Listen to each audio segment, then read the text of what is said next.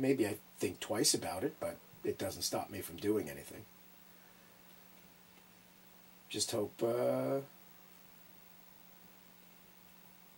people figure out a better way to state their cases. I love the idea that this isn't forgotten, that these people aren't forgotten, that this tragedy isn't forgotten. It's a way of, I hope it's a way of keeping our country strong, and thinking that we can persevere, we can come out of a tragedy like this, and hopefully some good can come out of it.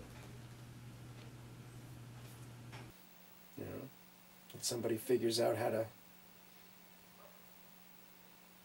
put an end to it.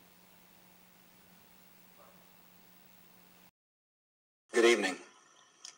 Today, our fellow citizens, our way of life, our very freedom came under attack in a series of deliberate and deadly terrorist acts.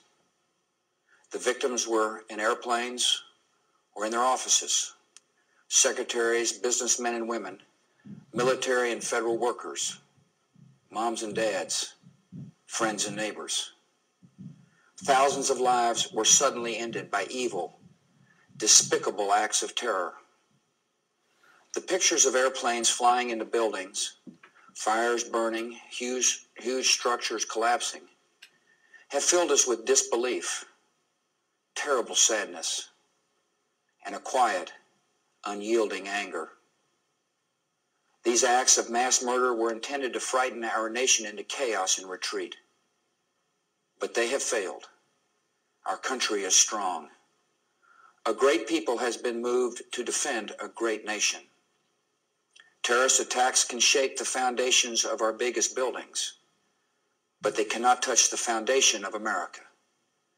These acts shatter steel, but they cannot dent the steel of American resolve. America was targeted for attack because we're the brightest beacon for freedom and opportunity in the world, and no one will keep that light from shining. Today, our nation saw evil, the very worst of human nature, and we responded with the best of America, with the daring of our rescue workers, with the caring for strangers and neighbors who came to give blood and help in any way they could. Immediately following the first attack, I implemented our government's emergency response plans.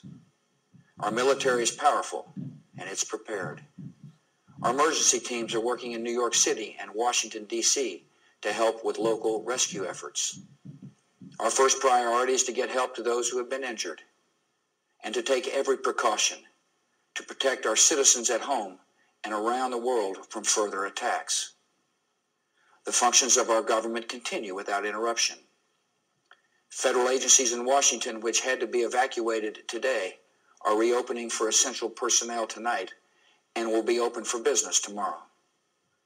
Our financial institutions remain strong, and the American economy will be open for business as well.